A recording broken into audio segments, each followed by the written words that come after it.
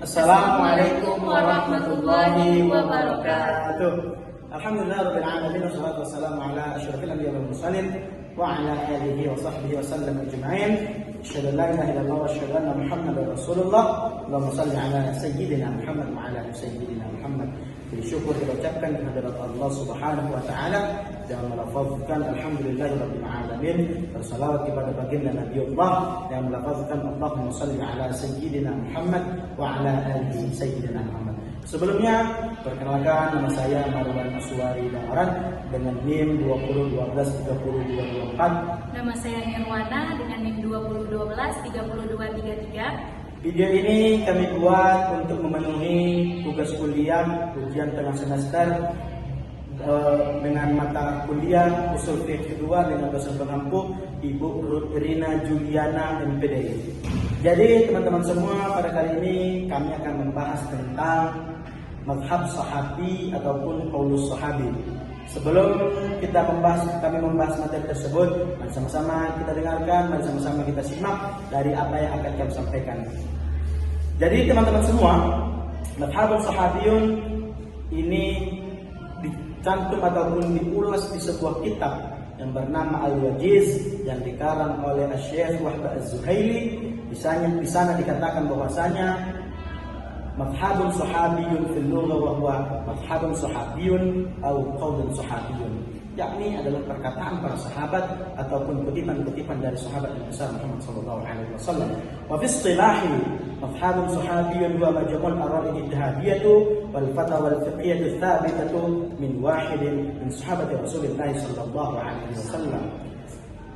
والصحابي عند أصوله يعني من لقي محمد صلى الله عليه وسلم ولزمه زمنا طويلا.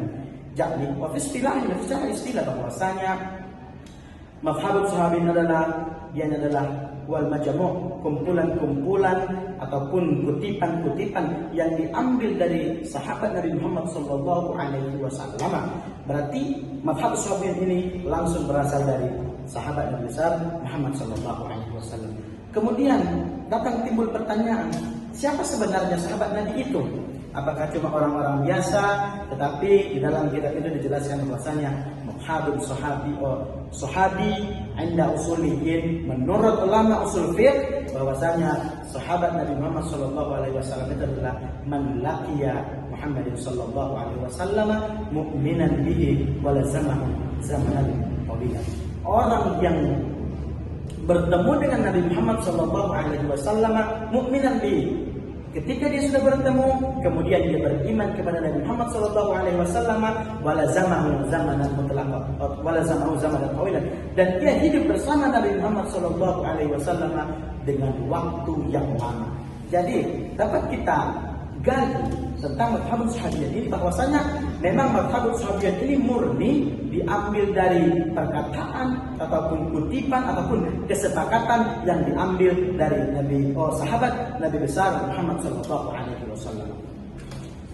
Yang selanjutnya, contoh mazhabul sahabiyyun.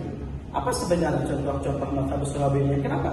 Karena mazhabul sahabiyyun ini jarang kita dengar. Karena kebanyakan kita membahas tentang mazhab yang empat, tetapi ternyata ada lagi di balik itu namanya mazhabun sahabiyun. Itu adalah mazhabnya ataupun yang ditetapkan oleh sahabat Nabi Muhammad sallallahu alaihi wasallam. Contohnya kita mengambil dari suatu kisah Ali bin Abi Thalib ataupun Ali bin Abi Thalib radhiyallahu anhu. Fahadha Aliyun tahakamu fi dir'in maha Yahudiyin ila qadhihi yakni Suraih. Faqala fa'alin fi dir'in shahadatul hasani lil qirabati wa kana alayhim yara jawaz syatal ibni bi abihi. Bahwasanya pada suatu kisah atau fil qissah ada suatu masalah Ali kehilangan suatu barang, yaitu berupa baju besi ataupun baju yang terbuat dari besi hilang. Kemudian setelah beberapa kemudian dia mendapati baju dia ini diambil oleh seorang Yahudi. Kemudian datang Ali bin Abi Thalib, dia membawa perkara ini ke hakim ataupun mendatangi hakim mengadu tentang perkara tersebut, yaitu hakimnya yang bernama Suraih. Kemudian di situ dijelaskan bahwasanya Suraih mengatakan tidak bisa seorang anak menjadi saksi kepada seorang ayah, karena di sini dianggap bahwasanya syahadat al-Hasani lahu bil qirabah, bahwasanya persaksian seorang anak si Hasan ini kepada ayahnya masih dianggap ada ikatan kekerabatan ataupun kekeluargaan. Tetapi sebaliknya, wa kana Ali bin yara, dan adalah si Ali ataupun Ali bin Abi Thalib mengatakan, dan itu melihat berpendapat jawaza syahadatal ibnu bi abi, dengan bahwasanya seorang anak boleh menjadi saksi ataupun boleh menjadi saksi kepada ayahnya dengan catatan selama masih seorang anak itu adil dan mau mengatakan apa kejadian yang sejujurnya. Itulah termasuk perbedaan pendapat Suraih dengan pendapat Ali. Kenapa Suraih mengatakan seorang anak tidak bisa menjadi saksi kepada ayahnya? Karena mereka menganggap kemungkinan besar seorang anak akan menutupi kebenaran demi menyelamatkan kerabatnya ataupun demi menyelamatkan ayahnya. Kemudian kita ambil dari contoh yang satu lagi tentang wa khalafa Masruq ibn Abbas, tentang perkara Masruq dengan Ibn Abbas fi nadhri bi dzabhil walad, tentang perkara nazar menyembelih anak, yang ini merujuk kepada kisah Nabi Ismail dan Ibrahim alaihi wassalam. Kemudian fa'aujaba fihi Masruqin wa aujaba Ibn Abbasin mi'ata minal jibli, dan dia mengatakan bahwasanya harus menyembelih 100 ekor unta. Faqala Masruq, dan kemudian Masruq mengatakan laisa waladuhu khairan min Ismail, dan tidaklah si anak itu lebih mulia daripada Ismail. Kemudian faraja'a Ibn Abbasin ila Masruq, dan mereka dan Ibnu Abbas sepakat kepada pendapat yang diberikan oleh si Masruq untuk mengganti nazar itu dari anak ke unta ataupun kibas dengan catatan cukup menyembelih satu saja. Jadi dari contoh ini dapat kita gali ataupun apa kita analisis bahwasanya madhab sahabiyun ini adalah merupakan madhab yang banyak terdapat di dalamnya perbedaan pendapat. Ketika memang pendapat itu lebih bisa diandalkan ataupun lebih banyak hujah ataupun dalil yang menyatakan yang bisa mendukung untuk pendapat tersebut. Oleh karena itu kita tidak bisa langsung mengambil, oh memang harus seperti ini, tidak. Tapi kita harus melihat ke belakangnya, apakah masih ada dalil yang lebih kuat ataupun kesepakatan yang lebih kuat untuk menopang ataupun menjadikan hal tersebut menjadi suatu hukum ataupun mensahkan pendapat itu sebagai hukum syariat. Jadi teman-teman semua, selanjutnya penunjukan hukum ataupun keadaan hukum madhabul sahabiyun ini, karena banyak bertanya di pikiran kita, apakah madhab sahabiyun ini bisa kita jadikan untuk sebuah dalil atau cukup untuk mengulas pikiran kita saja, untuk menambah wawasan saja. Jadi di sini teman-teman semua, penunjukan hukum ataupun hukum madhabul sahabiyun ini dijelaskan dalam kitab tersebut, la khilafa fil akhdi qawli sahabiyun fima la majala lirra'yi aw al-ijtihad. Tidak ada hal yang perlu dipertentangkan ketika pendapat itu sudah ada ataupun sudah ditetapkan oleh para sahabat Nabi Muhammad, awil ra'yi lirra'yi awil ijtihad beda, yang tidak masuk akal. Intinya perkara itu sudah masuk akal, memang sudah jelas dijelaskan wala ijtihad fiha, dan tidak ada lagi yang perlu diijtihadkan di situ, maka hal tersebut bisa dijadikan untuk menjadi dalil syariat. Kemudian tetapi ada juga yang mengatakan madhabul sahabiyun laisa hujjatul mutlaqah, bahwasanya madhabul sahabiyun adalah tidak bisa menjadikan sepenuhnya dia menjadi hukum syariat yang mutlak ataupun hujjah. Kenapa? Karena banyak beranggapan bahwasanya sahabat itu masih sama seperti orang-orang biasa yang banyak terdapat di dalamnya kesalahan, kekhilafan ataupun lupa. Oleh karena itu sebagian orang mengatakan bahwasanya madhabul sahabiyun laisa hujjatun mutlaqah, tidak bisa menjadi sebuah hujjah yang mutlak. Tetapi di dalam kitab itu juga dijelaskan bahwasanya madhabun sahabiyun madhabun syar'iyyatun, bahwasanya madhab sahabi adalah madhabun syariat yang bisa kita buat untuk menjadi hukum syariat. Kenapa?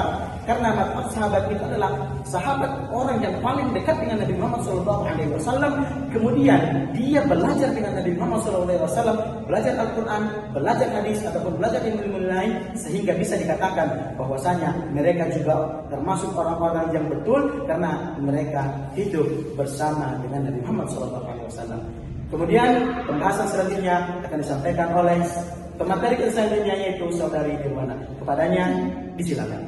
Baik, selanjutnya dalam kajian usul fikih, qaul al-Syahabi dibagi beberapa kategori. Yang pertama ada wa qaulu sahabiyil ladzi lam yukhalifu sahabiyyu akharu.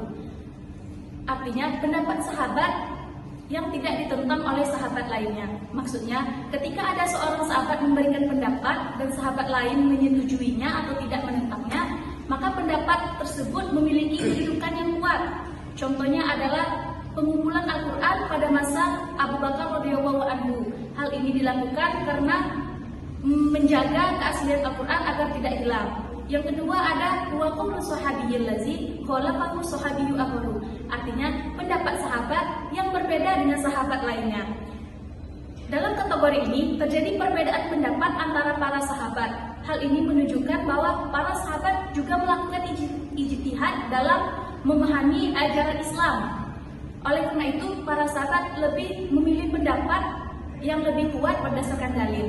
Yang ketiga ada wa masdaru an ijtihadi sahabi wa ra'yihi. Artinya pendapat sahabat yang berasal dari hasil ijtihad dan pemikirannya sendiri.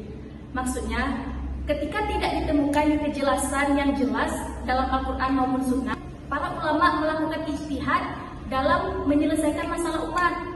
Misalnya adalah seperti kebijakan Umar bin Khattab radhiyallahu anhu dalam membuat administrasi pemerintahan.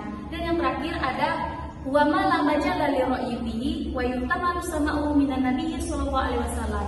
Artinya pendapat sahabat yang diduga berasal dari Rasulullah sallallahu alaihi wasallam. Maksudnya ada beberapa sahabat yang kemungkinan besar berasal dari Nabi Muhammad sallallahu alaihi wasallam, karena tidak mungkin hanya berdasarkan pribadi semata, apalagi dalam masalah ibadah. Dan juga selanjutnya para ulama juga berbeda pendapat mengenai kedudukan mazhab al-Syahabi dalam dalil hukum. Yang pertama ada Imam Hanafi. Imam Hanafi menerima qaul al-Syahabi sebagai hujjah apabila tidak bertentangan dengan Al-Quran dan Sunnah. Yang kedua ada Imam Maliki. Imam Maliki juga menerimanya karena para sahabat dianggap paling memahami ajaran syariat. Sedangkan mazhab Syafi'i lebih berhati-hati dalam menggunakan qaul al-Syahabi dan lebih mengutamakan Al-Quran, Sunnah, Ijma' dan Qiyas. Dan yang terakhir ada Imam Hanbali. Imam Hanbali juga menerima qaul al-Syahabi apabila tidak terdapat dalil lain yang lebih kuat. Seperti Rasulullah SAW bersabda, khairun nasi qarni tsumma lazina yalunahum tsumma lazina yalunahum. Artinya sebaik-baik manusia adalah generasiku, kemudian generasi setelahnya, kemudian generasi setelahnya. Hadis ini menunjukkan bahwa para sahabat merupakan generasi terbaik umat Islam, sehingga pendapat mereka sangat dihormati dalam hukum Islam. Selanjutnya Allah Subhanahu wa taala juga berfirman dalam Al-Qur'an surah At-Taubah ayat 100, Bismillahirrahmanirrahim, wasabiqunal awwaluna minal muhajirin wal ansari wallazina tabauhum bi ihsanin radhiyallahu anhum wa radu anhu. Ayat ini menunjukkan bahwa para sahabat memiliki kedudukan mulia dalam Islam karena mendapatkan ridho dari Allah Subhanahu wa taala. Oleh karena itu, pendapat para sahabat memiliki nilai penting dalam memahami hukum Islam. Jadi, menurut saya, qaul al-Syahabi sangat penting dipelajari karena para sahabat adalah generasi yang paling memahami ajaran Rasulullah SAW. Walaupun terdapat perbedaan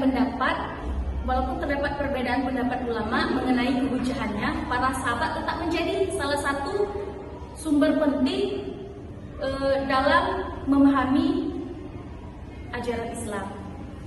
Oke, jadi teman-teman semua, terima kasih saya ucapkan kepada pemateri kita, saudari kita tadi yang sudah menjelaskan kelanjutan dari apa yang sudah saya jelaskan tadi, bahwasanya memang banyak yang harus kita gali tentang mazhabul sahabiyin ini, karena memang mazhabul sahabiyin ini jarang digali oleh orang lain, karena orang lebih banyak mengacu kepada mazhab yang empat tadi. Oleh karena itu teman-teman semua, mungkin inilah penyampaian dari kami dari kelompok 13 dalam mata kuliah usul fikih ini dengan judul mazhab sahabi tadi. Apabila ada kata-kata kami yang salah ataupun penyampaian kami yang salah ataupun ketetapan yang kami sampaikan tadi bertentangan dengan yang sesungguhnya, kami mohon maaf yang sebesar-besarnya. Mungkin ini dari kami, cukup sekian dari kami. Wassalamualaikum warahmatullahi wabarakatuh.